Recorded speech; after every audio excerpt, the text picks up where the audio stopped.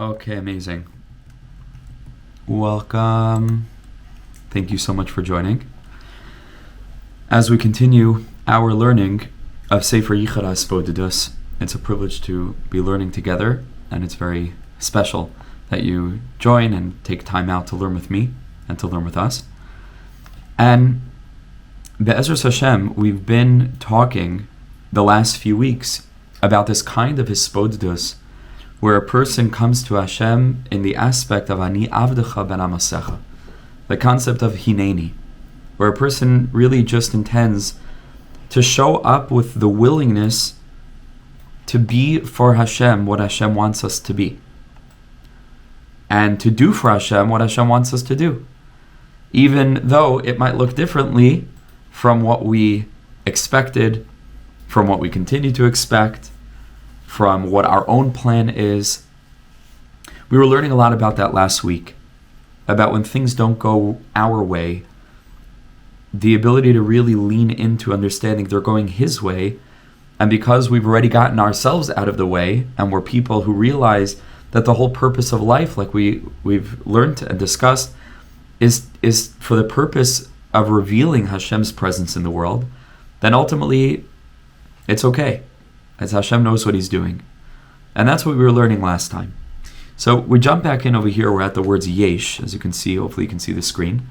And so we continue from here. Yesh, he says, yesh begins a moicha shel harav, soidus amukim ashalif lo yifazrim lakol.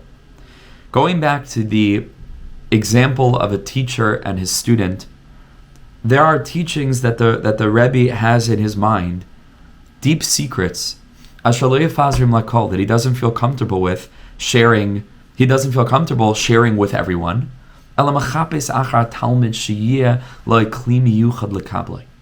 He seeks to find a unique student who will be a ready vessel, prepared to receive this teaching, to guard this teaching, to understand this teaching. Almost as if Talmud Zehu Makim Hagnazim, that this student is the hiding place. Shesham Mafgid Harav Ginze Moiche Hapnimim, where the Rebbe is able to go ahead and to hide away the secrets of his thought, things that he's not going to reveal to everybody else, deeper layers of understanding than he thinks most of the other students are capable of really grasping. But he finds this one student who he really believes can carry the torch, a student who really gets it. And he feels comfortable entrusting the student with these deeper teachings. Shehinam shar sham lahatzmiach peres. And in doing so, the Rebbe understands that he's planting seeds, because ultimately the student will be able to allow these teachings to take root and spread out the roots, and then flourish and grow and to produce fruits ultimately. Lachein, therefore, einan imsarim lakol. He doesn't give these teachings over to everyone. Ki im biyichud harav im atalmud hamiyuchad lekach. It only takes place in the coming together, in the intimate relationship, so to speak, between this teacher and this student, for the purpose of being able to give over this mission that we don't entrust to everybody, only to the proper student who is able to carry that mission forward. And this is the secret of that unity, of that sort of face-to-face, direct and personal connection that's more than just a teacher who is teaching a whole classroom of students. This is something else. This is much more personal. This is much more of a personal investment, a hiding away of one's shorish neshama, the essential foundation of a teacher's life and vision and mission. And that can sometimes only be given over to a student who the teacher trusts, who's able to really understand what's being given over. And it will carry, like we said, it will carry that mission and bear that torch forward. And the nimshal is Yehudi, each and every Jew, each and every part of this people, of this Mamleches Kohanim v'Goy Kodesh, this kingdom of Kohanim and this holy nation. who kli la Hashem Yisbarach is a vessel for the Infinite One, lahachil gnazim amukim. Sha Hashem Yisbarach mevakish la'atzmiach mehem gili k'vaydi Yisbarach, to be able to receive the secret seeds that Hashem is planting, kiviyachol, for the purpose of allowing His presence, His glory, to flourish and to reveal itself in this world. And we are like the prized disciple. We're called the firstborn son. Hashem trusts us. There's a certain trust. HaKadosh Baruch Hu saw certain elements in this people. An am kshei oref, a stubborn people, a resilient people. A people who would be able to carry this story throughout all of history and make it to the finish line, where circumstances would eventually make it possible for that mission to finally come to fruition, which was just guarded and guarded and guarded until the proper time, to finally be revealed and to finally be unveiled and to succeed in conquering the world for Hashem. Bayomahu yiyah Hashem echad u'shmai echad. We are that nation. So that's what it means to be a Jew, is to be this kli, is to be this vessel for HaKadosh Baruch Hu to entrust us with those deeper perspectives and then trust us and rely on us, really, like we've learned in previous classes in the series, rely on us to be able to carry that torch forward. And that's what we are as a nation, but ultimately, on an identity level, that's what each and every one of us are. Because hopefully the deepest layer of our identity is our Jewishness, which we brought out, I think it was 2 shiurim ago, when we spoke about the simplicity and the obviousness of how impossible it would be for us to choose to remain alive in this world and to live life contrary to the Torah, and to let go of our faith and to live a lie, which undercuts the essence of our identity. It would be impossible to live that way. And so a Jew would give up their life for their emunah, because this is what I am. It's not a part of me, it's the essence of me. I don't have anything else. Without this, I may as well not exist.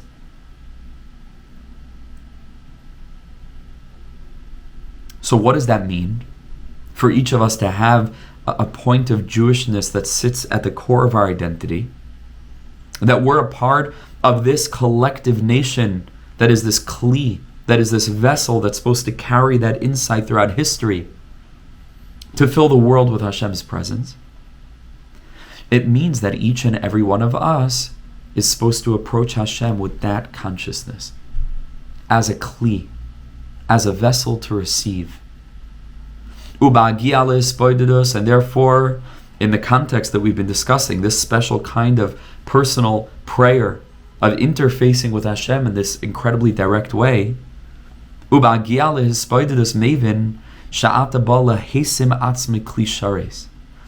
now I am preparing myself to be inaugurated as a vessel of service, which is a reference, of course, to the Kalim in the Beis HaMikdash.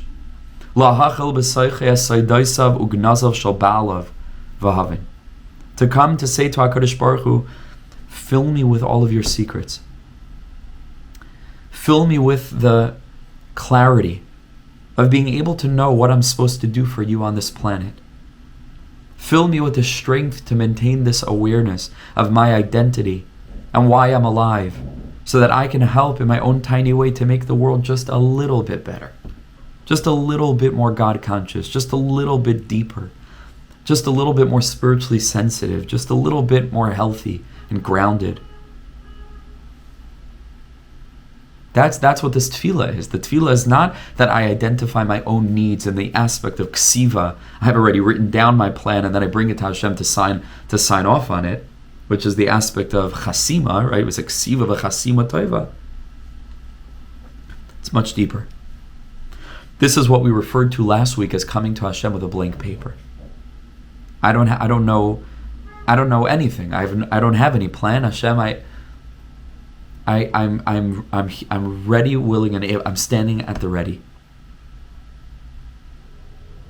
And whatever you call upon me to do, that's what shall be done.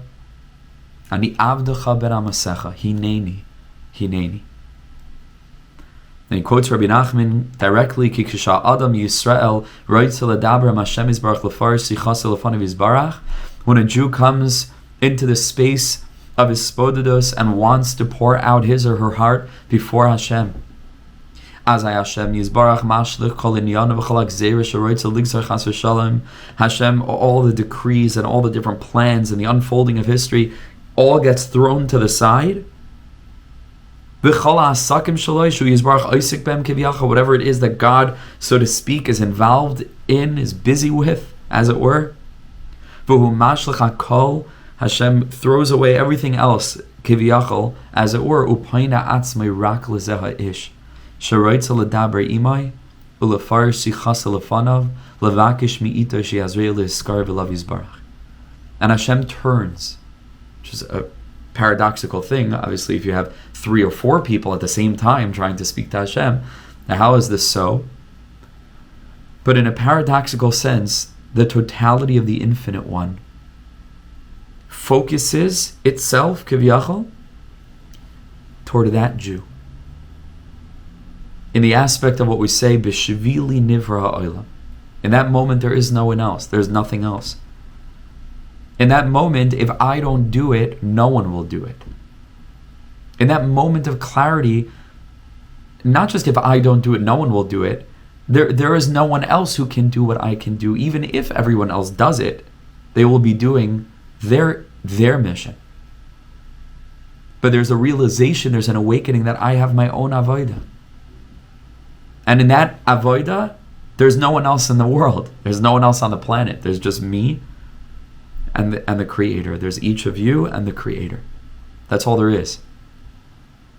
That's what kind of Hisbodedus we're speaking about, where a person enters in as a Jew, not as a human being with needs who happens to be Jewish and as a thing called prayer, or because they're so privileged to learn the teachings of Rebbe Nachman, have a thing called Hisbodedus.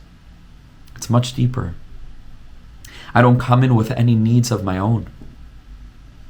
I come in with this perspective to say, Hashem, honestly, I just want what you want.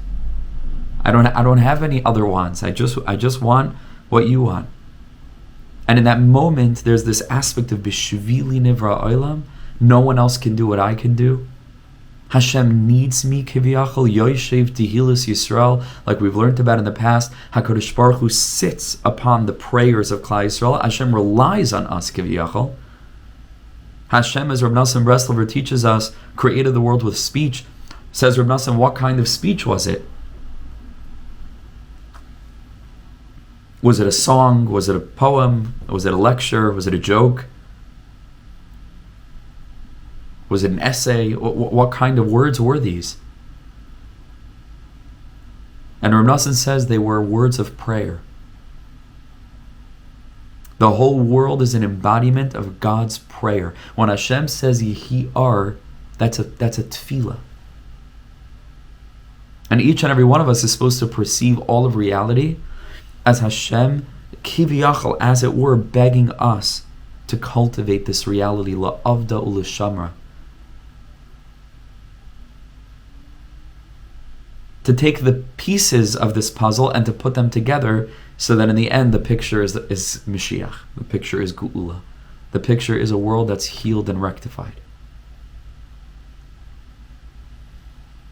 This kind of Hisbodedus is when a person feels that. And a person stands as an individual with their nekuda, with what they can accomplish given their own talents and abilities and character, personality, their own story.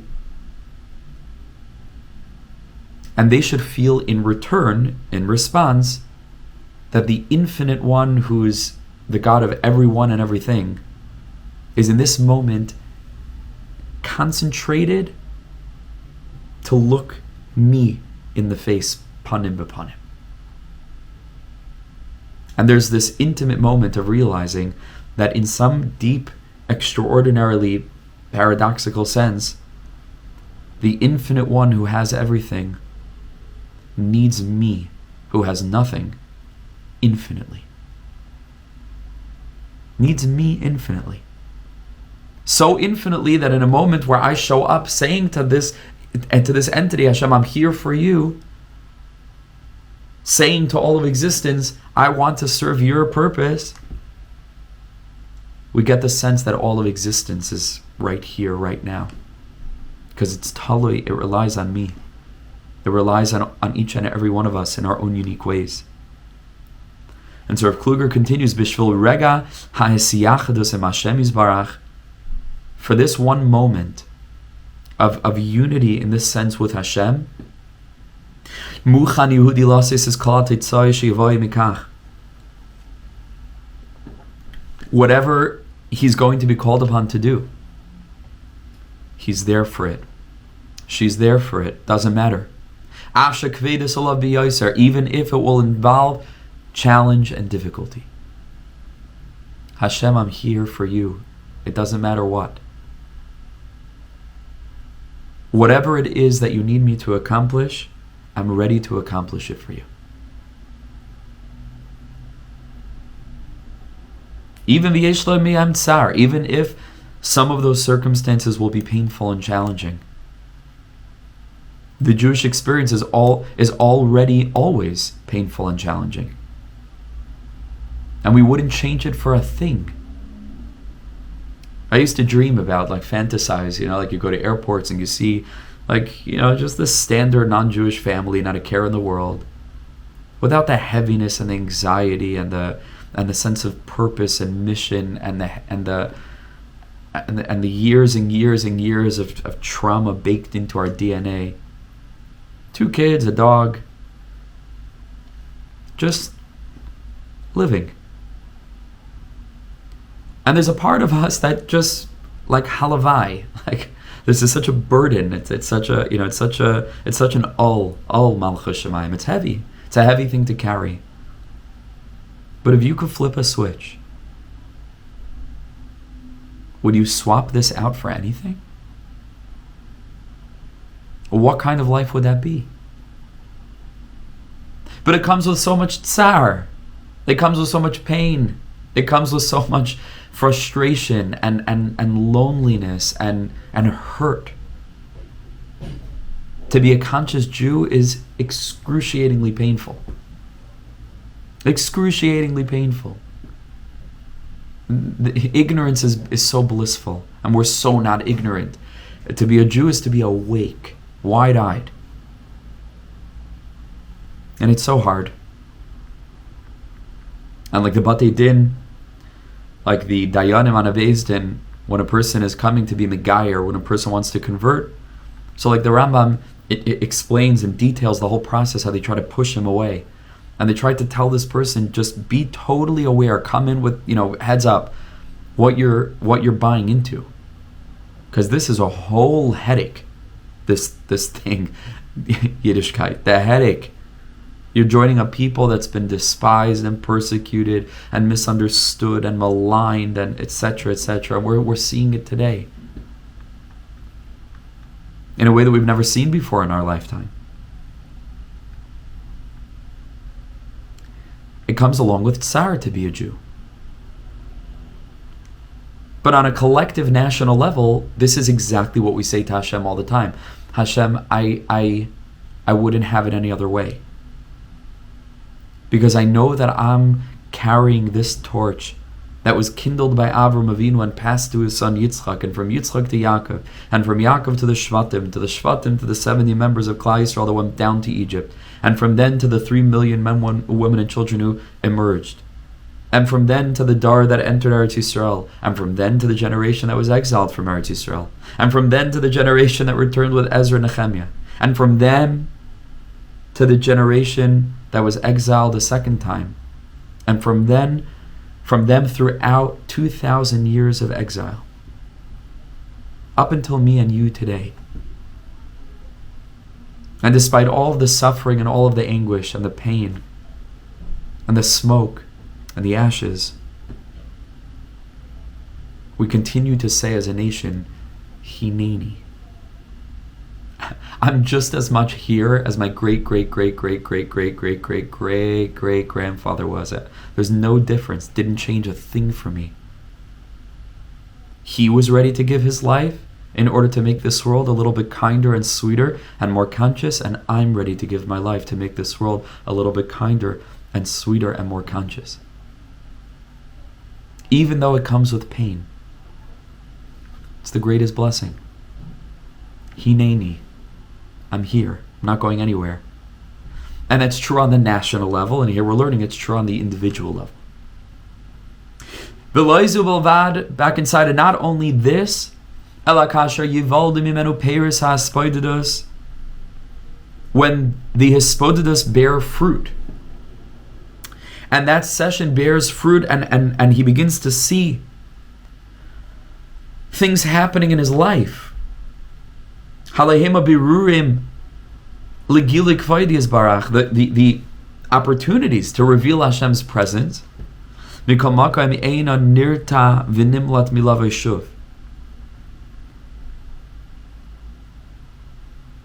doesn't try to run away from them, even though they might be challenging and difficult. He doesn't tremble and run away and never come back. No, he just digs deeper. And as a response to his Hisbodedus and showing up to Hashem with a blank paper, well, it turned out that he's like some kind of tzaddik, apparently, and Hashem is testing this person. And all they feel that they get in response to their mesiras nefesh and to their level of commitment, instead of having a life that's full of sweetness and kindness and pleasantness, they experience challenge and difficulty and problems, challenges. And instead of like kicking the sukkah on the way out, like it says about the Eino Yehudim at the end of time, and running away, no, we come back. And we say, Hashem, okay, this is what you wanted, but I'm not scared off. I am reconfirming and reaffirming my willingness to be put in whatever situation you want to put me in as much as I'm supposed to use that challenge as an opportunity to hold on tight to emunah and to demonstrate to myself and to others that I don't just talk the talk, I walk the walk. And when the going gets tough, it doesn't change a thing. Don't run away. I'm here. I'm here for it all. I don't give up. I know that the whole purpose of being in situations that would appear to cause me to give up is precisely because the avodah there is not to give up and to hold on to hope and to try to be misakin and to try to heal what's wrong and not to run away and to escape. I'm in it. And it wasn't just that I said that I was in it before I was in it, and now that I'm in it, I'm going out of my mind. I said that I was in it, and Hashem, you actually put me in that challenge, and Hineini, again, shuv, Hineini. I'm here. A soldier who has great idealism and enlists in the army and trains with great courage and idealism. When it's finally time for their platoon to go into Gaza or up north or somewhere to protect their brothers and sisters, they don't run away all of a sudden when bullets are flying. It just deepens and reaffirms their sense of mission and their sense of purpose. They're just as there then as they were before being called in. On the contrary, they're much more there. And that's how it has to be when we start to get the ksiva and the chasiba back from Hashem after giving him this blank paper. Can't run away. That's when we put, so to speak, we put our money where our mouth is. We say, okay, so be it. I'm in. not going anywhere. Zu darcha aliyah b'darchei avodah. Says Rav Kluger, this is the way that it works when a person climbs the ladder of avodas Hashem. Shebetchilas darkoi, in the beginning of the path, Yehudim is ar lahaven b'sichlim uschalis chasidus v'havanas v'hamukas v'chulu. In the beginning of the path, a person's still in it for them. And Chasidus seems like it's going to offer them chizuk and beautiful teachings, and it's going to make life better for them, and it's gonna give them all these beautiful things to contemplate and stories to hear and great positive messages, which of course it does all of that. But that's the initial entrance way of a person entering into this world of Chasidus.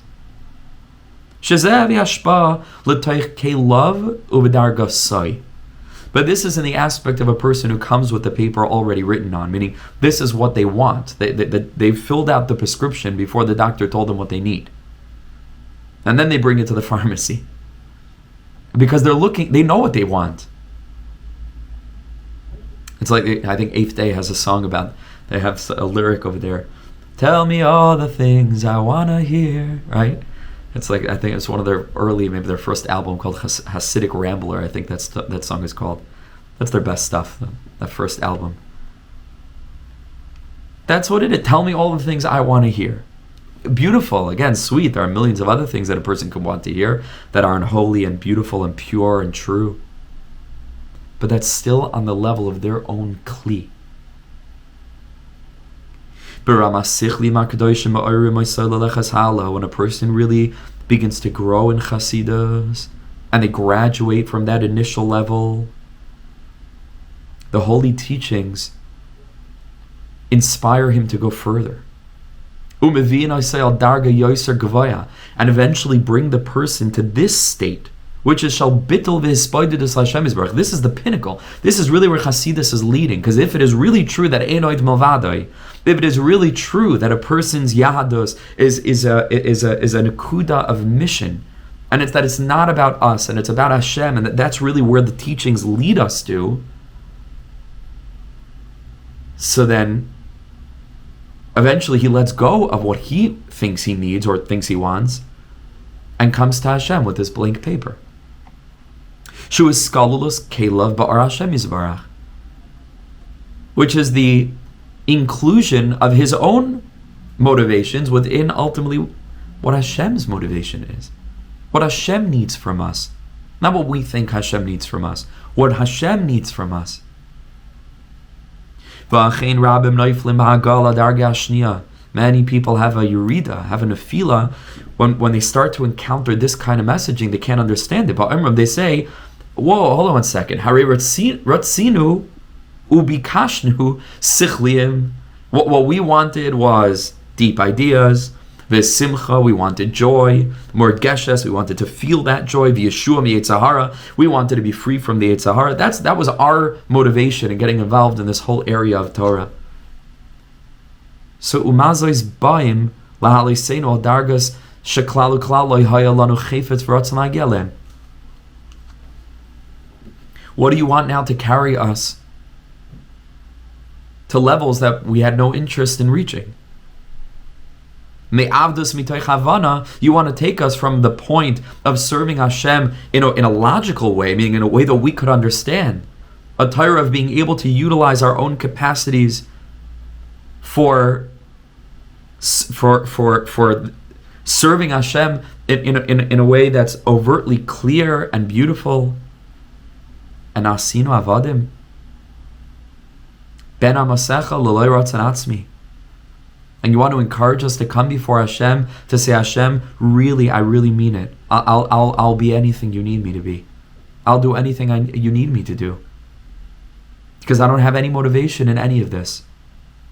Bittul muchlat, absolute nullification to Hashem.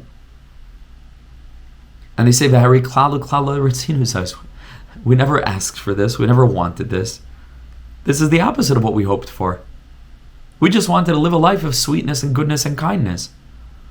And here you come to tell me, okay, but what if Hashem wants a person, chas v'shalom, to live in challenge and suffering and difficulty? What then? Who is this for, like we said last week?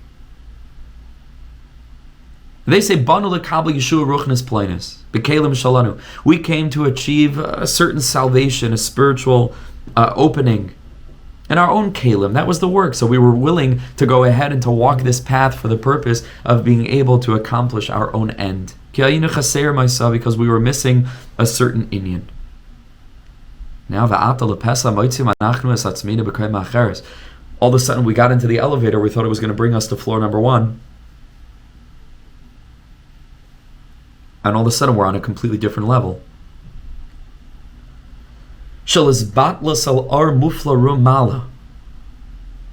Nullification to a wondrous light that's oftentimes beyond our understanding. It's beautiful and it's holy and it's elevated. But guess what? It's all good and sweet, but the thing that we wanted, like ibanu klal uklal, we didn't get what we thought we were going to get, what we wanted, what we were looking for when we started learning Breslev. Because I thought Rebbe Nachman was going to solve all my problems. Because I thought I had problem A that needed resolution immediately because I'm struggling with whatever it is. And I thought that learning Hasidus, learning this, is going to help me resolve it. And instead, not only didn't it resolve my problem, it tried to elevate me to a place where I'm capable of actually accepting the problem. Out of bittul to Hashem, by saying, Hashem, if this is what you've given me, then this is what I've got. And that's the opposite of what they thought they'd get. Because all they wanted was to get rid of the problem. Comes Rebbe Nachman, not only doesn't he get rid of the problem, he says it's not a problem. It's a mission. Whole different world. It's a mission. What mission? What do you mean? What we mean is that you wanted to get rid of the problem because you were in it for you. And so for you, it was a problem that you decided you had to get rid of, and you're going to come to Hisbodedus to ask Hashem to take away this problem that you've identified as a problem. And in more advanced levels of Limud HaChasidus, it's a whole different thing. It means all of a sudden we enter into this awareness that if I'm not in it for me, if I'm in it for Hashem, and this is the circumstance that I'm currently up against, then the only way out of it is through it. And that's not a b'di'evet. I mean, that's not something to be done away with. That's the way that it has to be. There's this book that they have in the UK. I don't know if they have it in America. It's called I'm Going on a Bear Hunt. It's all about this family who goes out on a bear hunt and all different obstacles they have to deal with. So again and again, the whole book, at first it's snowing and then it's slushy and then there's mud and all different kinds of things. It says you can't go over it, you can't go under it, you have to go through it. That's this consciousness of Breslev. All of a sudden when a person reaches that point, it's like, whoa, this is something different. This is something different. This is something else.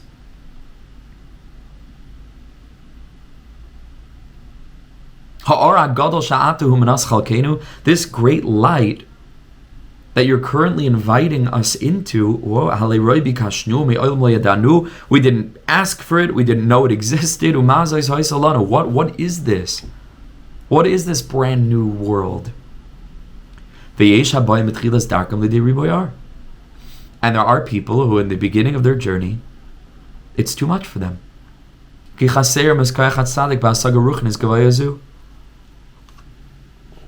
Because they're lacking the light of guidance. And they wander around like not knowing what to do with this. All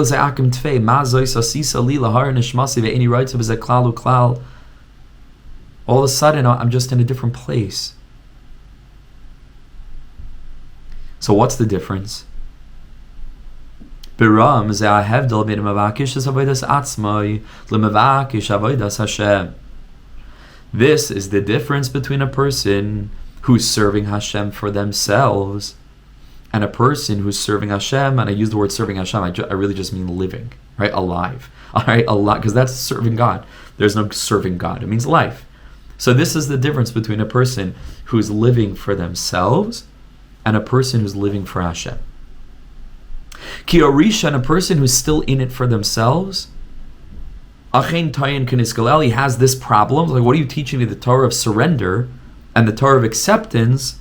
I have this problem and I need it resolved immediately. And not only isn't this resolving my problem, it's telling me it's not a problem, and it's telling me that all I'm supposed to do is just to go through it. They can't handle that. The noifel, until they fall away. Eventually, they won't get the solution to the problem because they didn't understand why it is that Hashem gave them that circumstance in the first place, which is so that they should go through it with simcha, with emunah, with acceptance, with bittul, with gilik fayt shemayim, with hisbodedus, with tefillah. And so they won't be able to get through it, nor will their problem be taken away. Because the whole reason that they have that problem is so that they should be able to go through it. So in the end, they're eventually left what's called, it's a lashon in the Gemara, bald from one end and from the other end. They don't have anything. Because the salvation they did not receive, and the great light of acceptance, the great light of being able to go through something with emunah and with connection to Hashem, they don't want. They're not ready for. However, but a person who's really genuinely in it for Hashem, Mavin, such a person understands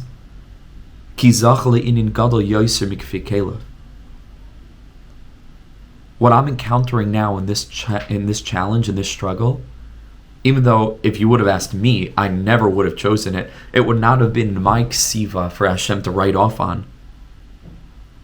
But we've now risen to a level of consciousness which enables us to understand that this is a greater gift than any gift I thought I needed. And in fact, I'm so glad that I wasn't the one who asked for the birthday present, because I would have asked for much lesser things. This is a great, great gift. You never know. It's like naming your price, if you do like a gig, they say, so you never know. If you name a price, maybe they had in mind much more. You never know. So I'm glad that I didn't name a price, because their hasaga was much more than my hasaga. Hashem's hasaga is always much more than our hasaga.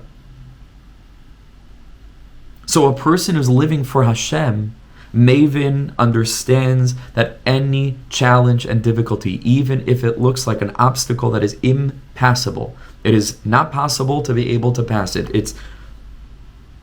It's so painful and so difficult. It's excruciating and almost just unbearable.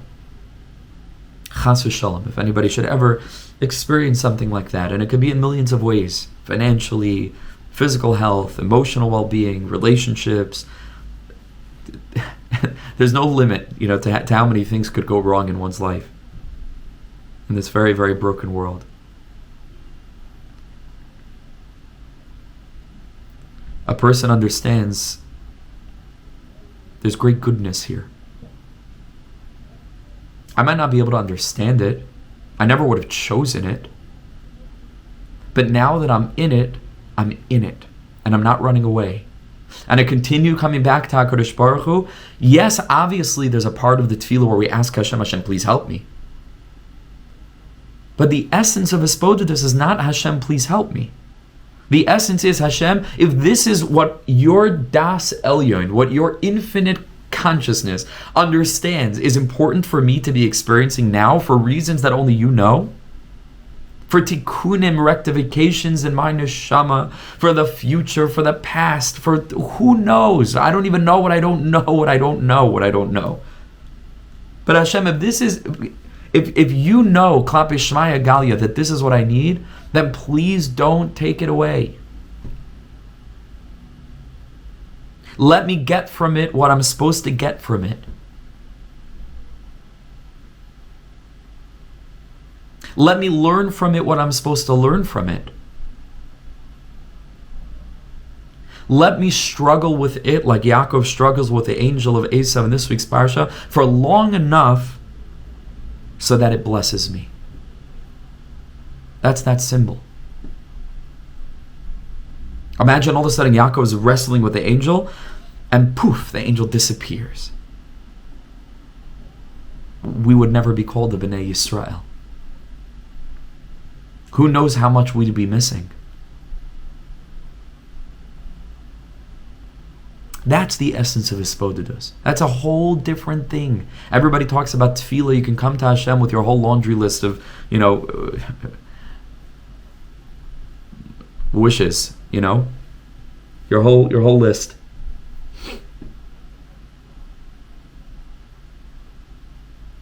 For a bearded, a white bearded man, a jolly one, in a big red coat.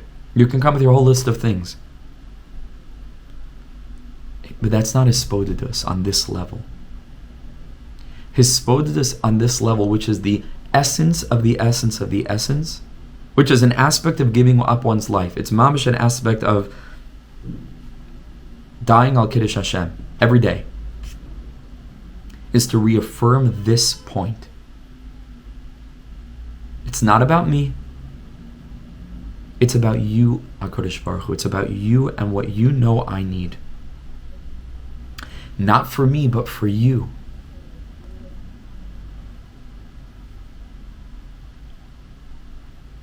Mevin ki zacha le'inyan gadol yosem mikafekela. He understands he's dealing with a challenge. It's so good that I can't even grasp how good it is. It's beyond me. Who cares then that there are things that are still necessary and that their needs have not yet been met? The point of life was not to come into the world and have our needs met. The point of life was to be able to hold on to emunah amidst all of our unmet needs.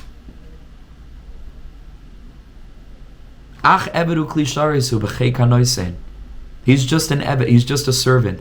He's a kli shares, he's a waiting vessel to reveal the light of HaKadosh Baruch Hu in this place. This is just a totally new thing. This is a whole nother level. And says Rav Kluger, which was sort of hinted to a little bit earlier, that when the person refuses to go through the process, then they'll have nothing. They won't have the tools to be able to manage the challenge that they're in, nor will the challenge be taken away from them. So the flip side is, when a person accepts the challenge, and a person doesn't give up, and a person stands in that difficult moment, and a person does so with emunah and with bittul, everything will work itself out on the level of that person's mind as well. Like the story of a servant who is ready to serve his master because he knows he knows he's going to get some food in the house of his master when he's called into service. And b'sayf shel davar, the thing that he's called upon to do for the master, he sees that he's called upon to help cut up some diamonds and to shape them into the beautiful diamond shape with all the facets that reflect the beautiful light. Right next to the master. And the master gives him all of the pieces that are split off of the diamond. He becomes phenomenally wealthy from this. He would never even have imagined such a thing. It's like Obviously, he's also gonna be able to buy lunch, right? So he has the food that he originally needed, but it's so much more than that. But obviously, he'll have his lunch. But he's also a wealthy man. This understanding settles the heart. Instead of going ahead and bringing our vessels to Hashem, kum veheyeh kli. Instead of bringing our vessels to Hashem, say to Hashem, I am the vessel. Not for what I want and need, for what you want and need. My whole life is a kli for you. All of my challenges and struggles and difficulties and pain, it's for you. It's a kli. And then we open up our vessel in ways that are beyond what our own mind could have imagined. This is the light of Rebbe Nachman. This is the revelation of that teaching that's just totally different. This is the light of personal prayer. This bond, this face-to-face partnership, this intimacy, this showing up to Hashem and saying, I don't have a self. I have the abilities that you gave me. I have my personality that's invested in me for my neshama. But we're ready. We're ready. Whatever you want, we're bittul to it. We're bittul to it. Sometimes it happens. You could have a mashpia, somebody who in some way, maybe a bal chesed, somebody who in some way has the talents and abilities to be able to, in an overt sense, to share tremendous light and to on a literal level, apparently, to bring the world closer to tikkun. And then chas v'shalom, we should never hear from such a thing, but it can happen. That person gets deathly ill, or some other terrible personal tragedy unfolds in such a way that they're incapable of carrying on with their avodah. And it doesn't seem to make sense. L'cha'ira, that person came to HaKadosh Baruch Hu and daven, Hashem, I want to write this book, I want to give this shiur, I want to run this chesed organization, I want to fill in the blank, whatever it is, ksiva, and then brings it to Hashem for a chasima. And all of a sudden, not only didn't they get that, but Hashem tears away from them the ability to do what they know that they can do to help bring the world closer to what they imagine Hashem wants him to bring Hashem wants them to bring the world closer to. Two kinds of people. One kind of person whose relationship with Hashem was on the level of their own kli, they'll fall apart from such a thing. They'll lose their emunah. They can't understand it. It's not fair. Not only isn't it fair, it makes no sense theologically. But a person who comes with the light of Hisbodedus, a person who, when all of our own kalim have been turned away, we realize we're the kli. We are the kli, and our life circumstances are the kli. There's an emanus muchletes LaHashem Yisbarach there. There is a total and utter ne'emanus, a faithfulness, where they don't break stride and they say, okay, this is another thing that's happening now. What an interesting thing Hashem is unfolding in His world.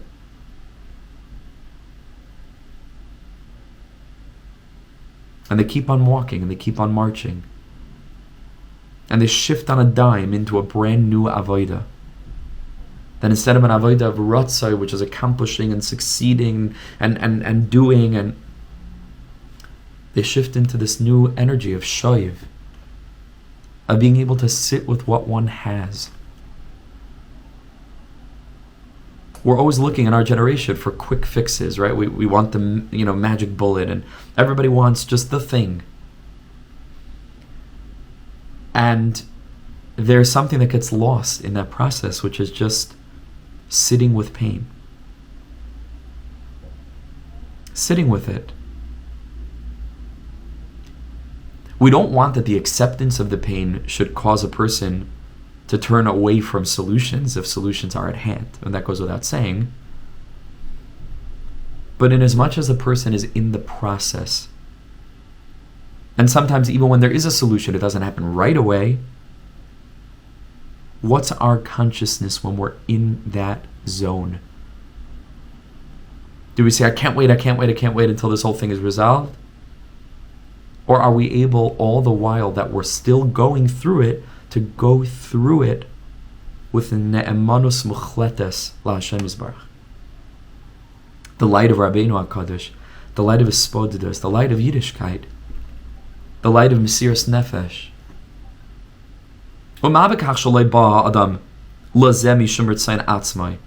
But what does it matter that right now he's in a situation that he didn't put himself in, that he didn't ever want, that was really, frankly, the opposite of what he thought he wanted? And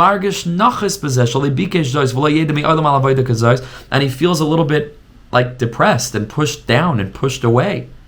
That in response to all of his prior hisbodedus, this is what he got.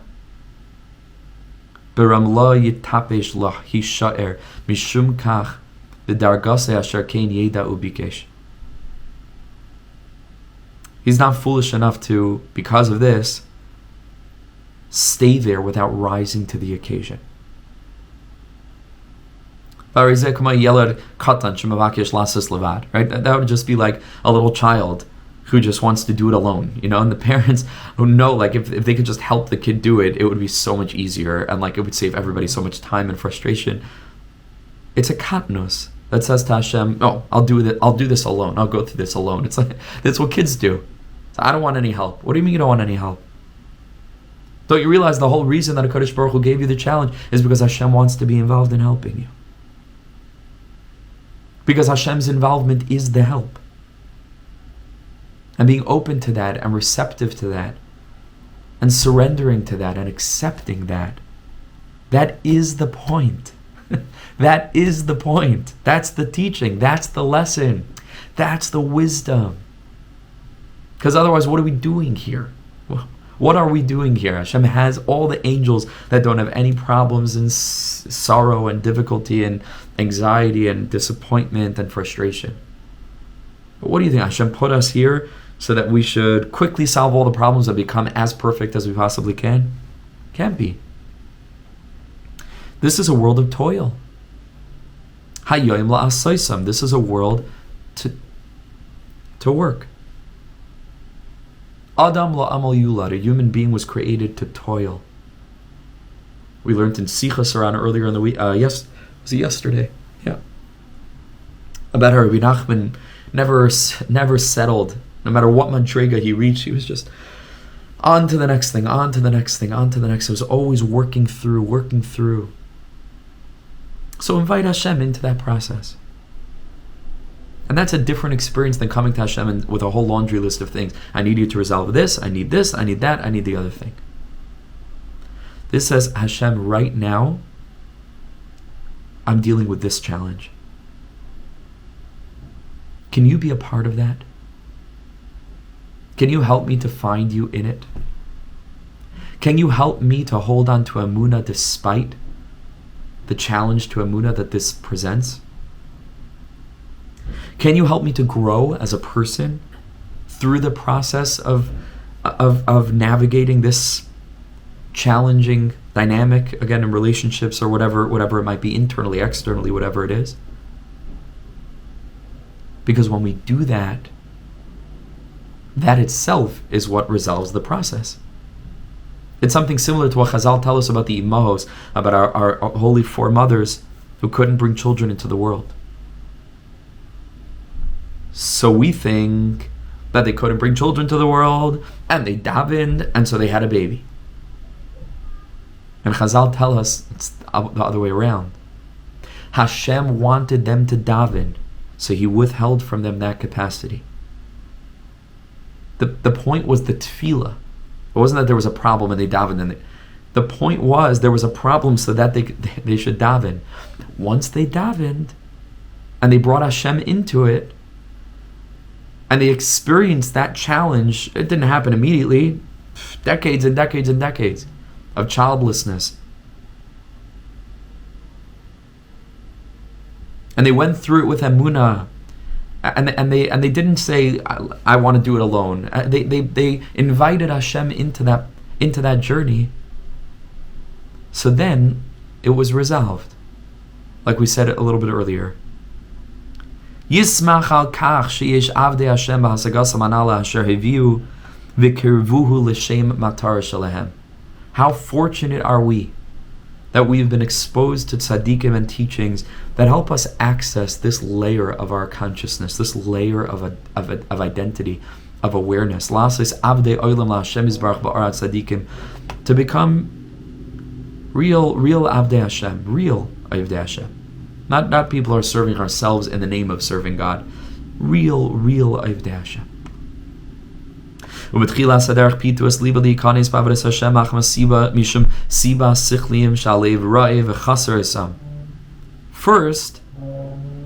the way that we get drawn into this whole inyan of the Baal Shem Tov is, he dangles a carrot in front of us of all these sweet, wonderful teachings and stories that make us feel nice and good and give us lots of hope and so on.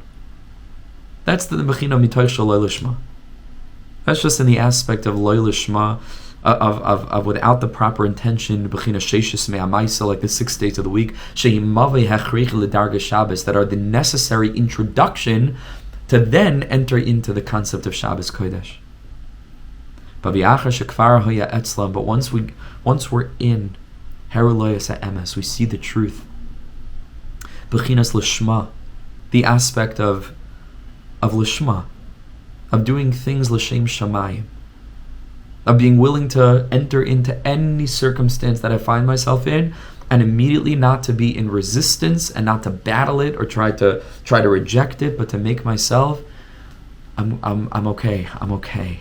I'm so okay because I'm not alone. And when things are not going my way, like we said, they're going His way. And nothing that's happening here is wrong. It's nothing happened here that's not right. Everything that's happening is directly guided by Hashem. And Hashem is here with me in it. And if I'm wise enough to be able to invite Hashem into this process, that and only that will be my doorway out of it. You can't go under it, you can't go over it. We got to go through it.